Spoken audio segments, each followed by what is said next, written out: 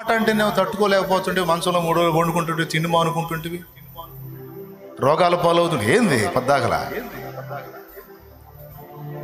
వదిలేస్తారా?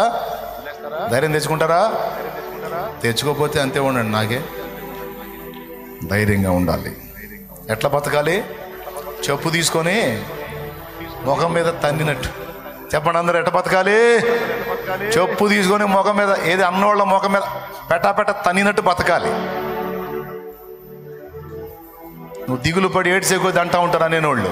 వాళ్ళ ముందు తల ఎత్తుకొని ధైర్యంగా దేవుని బట్టి మయం పరిస్థితి నిలబడా అన్నోళ్ళు మూత పడకపోతే అప్పుడు అడుగు, అయ్యేనోళ్ళు నిన్ను పొగడకపోతే అప్పుడు అడుగు. పలుగాకి లోకం వదిలే, కళ్ళు మూసుకొని ప్రార్థన చేద్దాం. పరిశుద్ధ ప్రభువా, నీకు వందనాలు.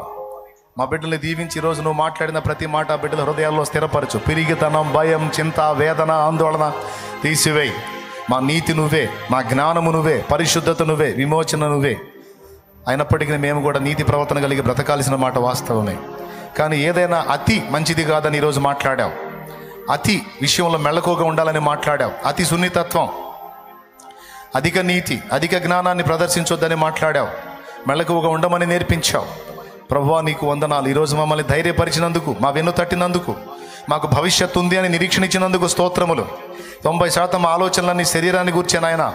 నా ప్రభా, శరీరానికి కావలసినవన్నీ నువ్వు తీరుస్తానని మాట ఇచ్చావు. ఆత్మ సంబంధమైన విషయాలు ప్రాముఖ్యమైనవి.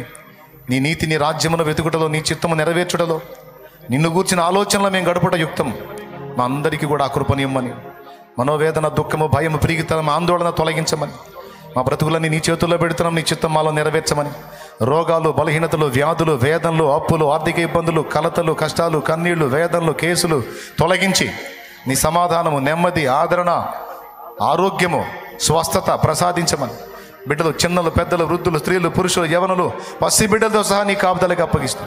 విశ్వాసంతో బిడ్డలు తెచ్చిన నూనె నీ శక్తితో నింపి వినియోగించి ప్రార్థించడం ద్వారా స్వస్థత చేకూర్చమని బిడ్డలందరినీ మీ దీవెనగల హస్తాలకు అప్పగిస్తూ యేసు నామములో ప్రార్థించి స్తుతించి వేడుచున్నాం తండ్రి, ఆమేన్.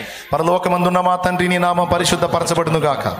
నీ రాజ్యము మాకు వచ్చు గాక. నీ చిత్తం పరలోకమందు నెరవేరుచినట్లు భూమి యందును నెరవేరును గాక. మాకు కావలసిన అనుదిన ఆహారం నేడు మాకు దయచేయి.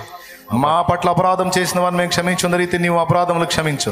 మమ్మల్ని శోధంలోనికి తేక దుష్టి నుండి, కీడు నుండి తప్పించు.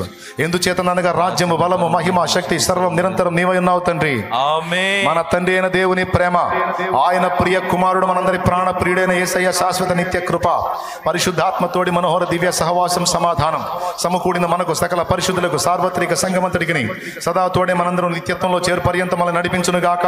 ఆమేన్. మనల్ని ధైర్యపరిచిన దేవునికే స్తోత్రం, స్తోత్రం, స్తోత్రం, స్తోత్రం. పిరికితనం మనలో నుండి తొలగించిన దేవునికే స్తోత్రం, స్తోత్రం, స్తోత్రం. మనకు వాగ్దానం ఇచ్చిన దేవునికే స్తోత్రం, స్తోత్రం, స్తోత్రం. మన ప్రార్థనలు విన్నానన్న దేవునికే స్తోత్రం, స్తోత్రం, స్తోత్రం. బదులిస్తానన్న దేవునికే స్తోత్రం, స్తోత్రం. బదులిచ్చిన దేవునికే స్తోత్రం, స్తోత్రం. ఆశ్చర్య కార్యములు జరిగించిన దేవునికే స్తోత్రం, స్తోత్రం. అద్భుత స్వస్థతలు జరిగించిన దేవునికే స్తోత్రం, స్తోత్రం, స్తోత్రం. మనోధైర్యాన్ని, ఆత్మబలాన్ని ఇచ్చిన దేవునికే స్తోత్రం, స్తోత్రం, స్తోత్రం, స్తోత్రం. ఆమేన్. హల్లెలూయా, హల్లెలూయా, హల్లెలూయా, హల్లెలూయా, హల్లెలూయా. పోండిగా ధైర్యంగా పోండి, ధైర్యంగా ఉండండి. ఓకేనా?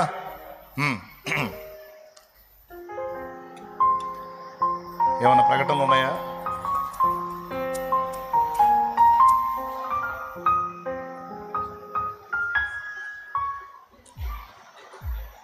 లైవ్లో అలాగే జూమ్లో అందుబాటులోకి వచ్చిన బిడ్డలకు కూడా చెప్తున్నా, మీరు కూడా విన్నారు.